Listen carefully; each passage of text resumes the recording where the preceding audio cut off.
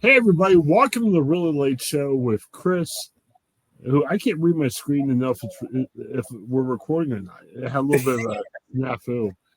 My goodness. Hey, hopefully I edit it out or you'll get a really irritating first 2.5 minutes of the show. Maybe our numbers will go way up. I'm here as always with Craig. Craig, how are you? I'm doing well. How are you, Chris? And we are recording, though. Yeah, we are. Now watch. We'll record the part we shouldn't have recorded, and we won't record the part where I am that dude. It happens to the best of us, Chris. You know, I turn 50 next month. I'm feeling it, dude. I mean, and they say age is like a fine wine. They're like, oh, you're younger than you feel. No, I'm older than I feel.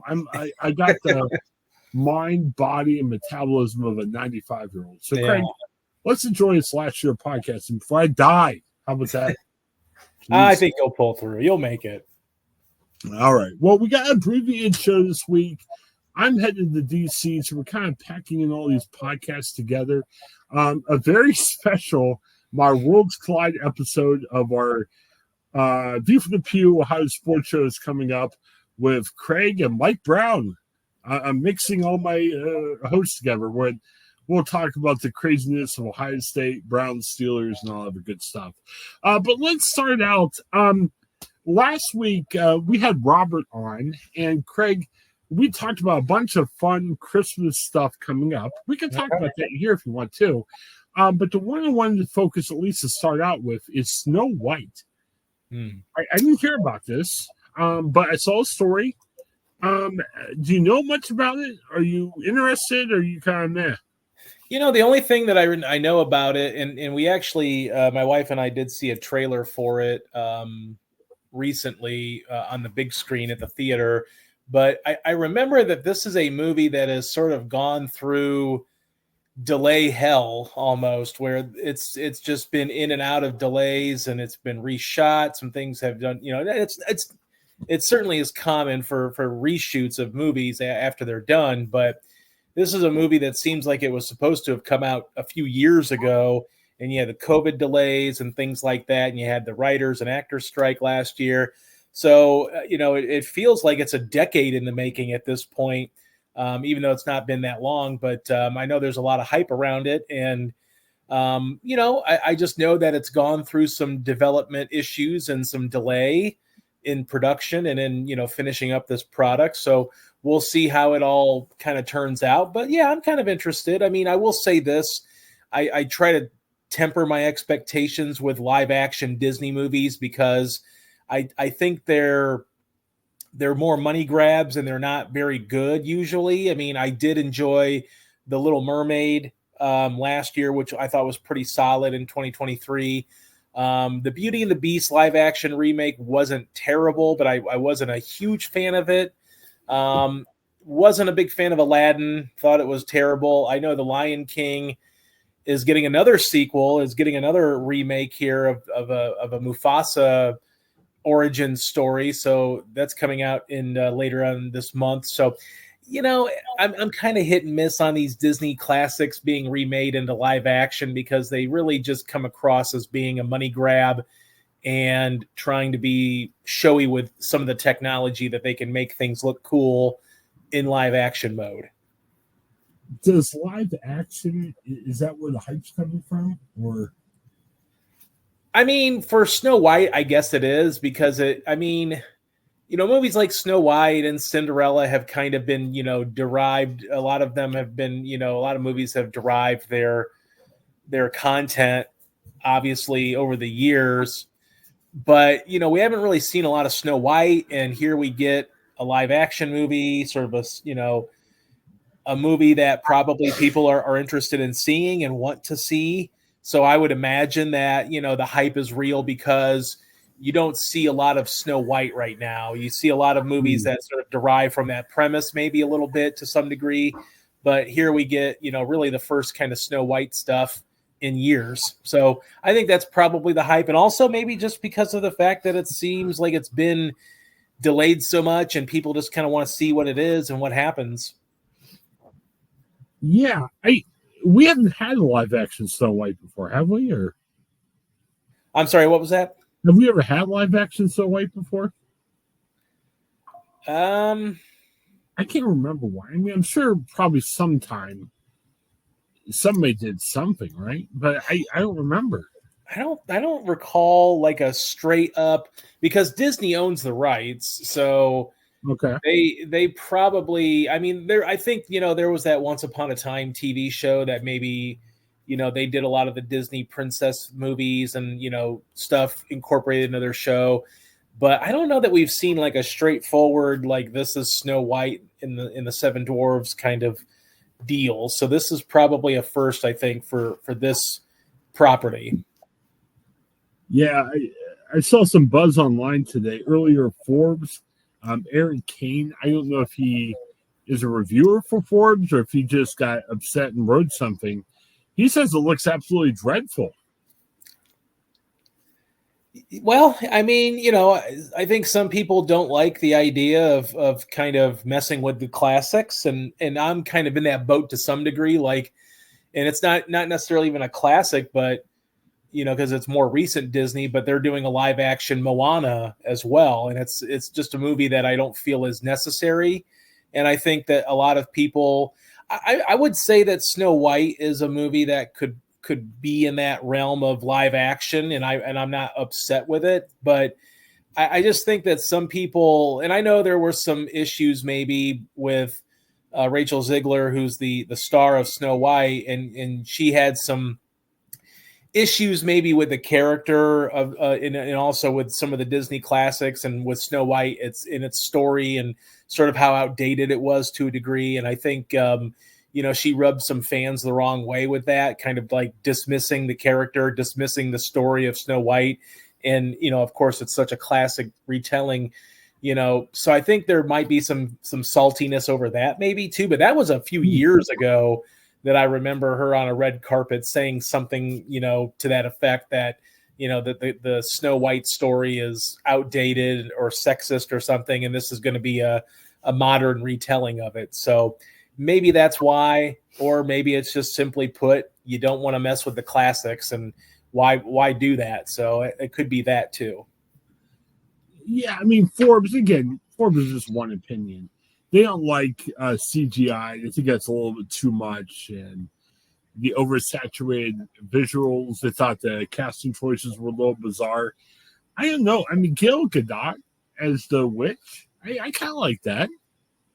Yeah, I mean, and I think that there's a lot of excitement. I mean, Mark Webb, who directed the Amazing the Amazing Spider-Man. Mark Webb's directing this, so there's a lot of there's things to be excited about, and I think that for a lot of people, it's just kind of finally getting it to fruition now. I know that a lot of people probably want to see what Rachel Ziegler does. She was, of course, in West Side Story, the Steven Spielberg remake of that, which was really good. A lot of people love that. So I think, and that was her first role. So she's really, only been doing this for a few years. And of course, I know she was in the Hunger Games in last year that came out. That was kind of a bomb, but it's a young star making performance possibly for her if she can nail this role and maybe set herself up for the next 20, 30 years as an actress.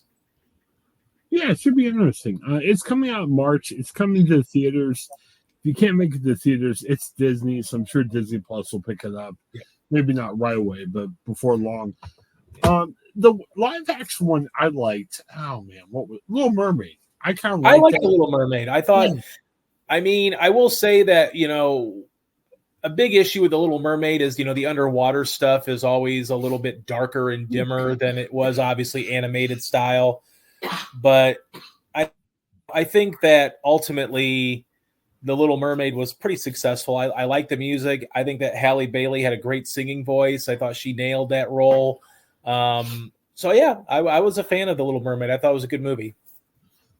It was neat. With our special needs kids, we took them to a special needs showing. Mm-hmm. And again, it was part of the movie. It had nothing to do with a special needs showing, but kind of meant a lot to a lot of people in the theater at the end where, the other mermaids showed up, and it showed a lot of different types of mermaids. Yeah. Some had disabilities and everything. And, right. Again, the movie was that. It wasn't like they threw it in there since it was a special needs showing, but it was cool. I kind of liked that touch. It was a nice touch at the end and made me feel good. So Definitely. yeah, it was good.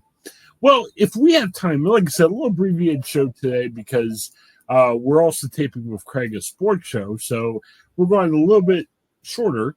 But before we get to what we're watching, if we have time, I wanted to ask you about Spotify. Now, I'm not a big music listener. I know you're not a huge music listener. It was interesting. They did a Spotify Wrapped. Craig, here's my beef with it. I think it would be neat so you could hear and see what you're listening to, but I don't listen to Spotify that much. I mean, my Wrapped would be probably better suited on YouTube. That's where I listen to my music. That's where I like watching my podcasts and stuff like that. Right. I think we're getting way too overhyped in this crap of it's a big marketing ploy. Okay. So if we're all sharing our Spotify Wrapped, in essence, what a huge advertisement for Spotify. Right. Because if you don't have Spotify, you can say, dang, I need Spotify now. So I wonder if they're selling a ton of memberships that way. So that kind of sucks. And I just, I shared with you an article. And again, I don't listen to Spotify, so my rap doesn't mean anything. I'm sure I probably got a link somewhere about it. But they were saying sometimes the podcasts don't show up and everything. Nina Kimes, reporter I like watching ESPN, she was talking about she liked kids songs and like the kids songs didn't show up. So it's like it's a dumb marketing thing. But if you want to do a dumb marketing thing, at least make it make sense. It's so weird. Right. Yeah, I got to admit, I've really never gotten into Spotify. I've probably listened to it a couple of times here and there, but I have Apple Music, so I don't really delve into Spotify. I go on YouTube as well and have music there as well. So yeah, Spotify really not my jam, but sorry for people being underwhelmed by the Wrapped, I guess. I don't know. I know that Spotify does do that stuff, but I've just never really cared, to be honest with you. How many people really listen to Spotify and a couple other things? I know Spotify does it because they want to advertise their service, but I'd rather have, okay, what song did you listen to most over every service? If you're doing Apple, if I send you a link on YouTube, listen to that. It means a little bit more. On another podcast this week, we were talking about it, and okay, Black Friday. Hey, it's part of our lexicon. We've had that for a long time. Let's keep Black Friday. But all this other crap like Cyber Monday, who cares? You know what I mean? And I saw on Twitter the other day, we now have Travel Tuesday. Craig, I never heard of Travel Tuesday. Have you? No, I have not heard of Travel Tuesday. I will say, and maybe it's part of my work, I like the fact we have a Giving Tuesday. And again, I'm not into any of this marketing jargon or whatever, but I like that because it kind of reminds people to give back during this season. We're more apt to try and spend money on everybody. But I kind of like the fact we're just giving back a little. So, yeah, good for them. All right. Well, Craig, I wanted to quickly, how long we got? We got about 5 minutes. Okay. Let's talk a little bit about what we're watching. I want to bring up some of the Christmas talk we had last week, but is there something you're watching or is it something you want to watch? Because there's a lot coming up. Give me one. I got one I want to ask you about, too. Well, right now we're in the Christmas spirit, so we watched The Polar Express. We watched Christmas Vacation as well. We've actually been out to the movies, and now it's like all of a sudden escaping me what we saw. What did we see? What did we last see? Yeah. Wicked? Oh, we saw Wicked. Yeah, we saw Wicked. Yeah. Did you sing along in the theater real loud? I did not sing along. I will be the first to admit I have heard 0 songs from the musical in my life. So the first time I've ever heard any of those songs was in that theater. So I would not be able to sing along because I do not know any of the songs. And up until the very end with the Defying Gravity song, I thought all the other songs more or less were catchy but sounded the same to me. They were good. it just every song kind of sounded the same until Defying Gravity, which was a great song, and it was Cynthia Erivo performed the heck out of it. So, but yeah, we saw Wicked. I forgot about that. I can't believe I forgot that we saw Wicked along with what seems like every other American. Yeah, and I'm with you. I haven't really seen Wicked before. If you don't know the music, is it a good story? Like if you Well, this is only, I mean, the issue here, I think, is that it's only part one. So there's another part coming out next November. And I think the biggest problem that I had, which I still like the movie, but the biggest problem I had was the first 2/3 of the movie were really like slower paced, I thought. Probably could have trimmed out like 10, 15, 20 minutes of it. Because it's a 2 hour and 40-minute movie. So it definitely holds a pretty long run time. But it's basically like how the Wicked Witch of the West came to be, her and the good witch Glinda coming together at college and kind of becoming best friends. And you start to see the unraveling of that friendship towards the end of the first movie here. And then, I'm assuming the second movie will kind of continue that trend. And there was some cool little, it was beautifully shot, and the singing was great, and the performances were fantastic. So honestly, I it's probably going to do pretty well Academy Award season wide. It's going to get a lot of nominations. I don't think it's going to win a lot of those awards, but I think you're going to get nominations in Best Picture, Actress, maybe Supporting Actress, and a lot of the technical categories as well. So it's a beautifully shot movie. They used a lot of real sets, and it showed. I thought it was well crafted. Cool. I'm intrigued. I gotta tell you about this one. I've been kind of hyping this up a little bit. Hopefully, it's as good as I think it might be. Netflix is coming out. They've got a movie about Mary, the mother of Jesus. Oh, okay. It's shown through Mary's eyes. It's weird. I read some background about it. Screenplay, they consulted with Christian, Muslim, Catholic. There's a lot of different faiths represented. So it's not just the telling from like one particular perspective. Okay. Some people are questioning the executive director is Joel Osteen, who's kind of a controversial pastor. I don't know much about it, but it looks kind of intriguing. Anthony Hopkins plays King Herod, which I think is kind of interesting. Anthony Hopkins is just doing a lot of those these days. He just plays the ruler of something or other with a toga or a robe on in every movie, it seems like. I've seen, and I saw this in the trailer. I didn't think that Netflix rated their movies. It's rated R, which I'm thinking part of the movie talks about King Herod is kind of looking for a little baby Jesus, and I know King Herod went on a rampage, so I don't know if there's like a violence is what's leading to rated R, but I'm kind of intrigued. I always like biblical movies. I kind of like ones that are a little bit of an edge. It's not just, hey, here's the Bible chapter and verse. They kind of portraying it like we don't know much about Mary. There's not a ton written in the Bible about her. So they kind of paint it through Mary's eyes and say, hey, she's a hip young kid. She went through an amazing story. Joseph, it kind of tells that story from their eyes a little bit more. You don't read as much in the Bible. So who knows? It might be blasphemous. I don't know, but I'm intrigued to check it out. It's supposed to come out December 6th. Yeah. So check it out. Probably by the time we get this up. Interesting. And I'm kind of intrigued too. DJ Caruso is directing. DJ Caruso is a solid director. He's kind of fallen off over the years, but I did like his movie Disturbia. I thought that was a very solid Hitchcockian thriller several years ago. It's been a long time now, but with Shia LaBeouf. Did like that movie, though. Robert is pretty well versed, I guess, on the new Christmas movies. Two, he talked to me about. I haven't got a chance to see him yet. Tell me what you think about this. Hot Frosty coming Netflix. I'm not sure if it's up yet or not. Lacey Chabert, who is on Party of Five, with Jennifer Love Hewitt. She plays this, young woman. She's looking for love. She puts like her scarf on the snowman.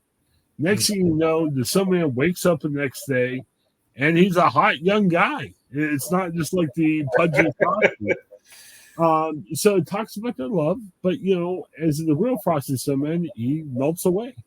So what's going to happen before they melt away? The movie kind of talks about that. So hot Frosty. Okay. I actually watched part of this, but I fell asleep.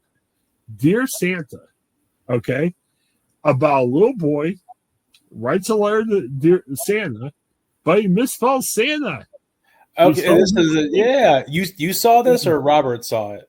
Robert encouraged me to watch it. Okay. I watched it, fell asleep. I gotta check it out again. Okay, yeah, because Jack Black, he's usually pretty reliable, yeah. And Rob and I are laughing about the premise of, hey, if you write that letter to Santa and you spell it wrong, it's delivered to hell. Satan reads it, and Satan will show up and try to help you out. So yeah. I have on Paramount Plus, they've really been pushing that. So it's like hitting me in the face almost every day I'm on Paramount Plus. They always are, it's like always the first top title screen that they're definitely trying to push that, for sure. Who knows?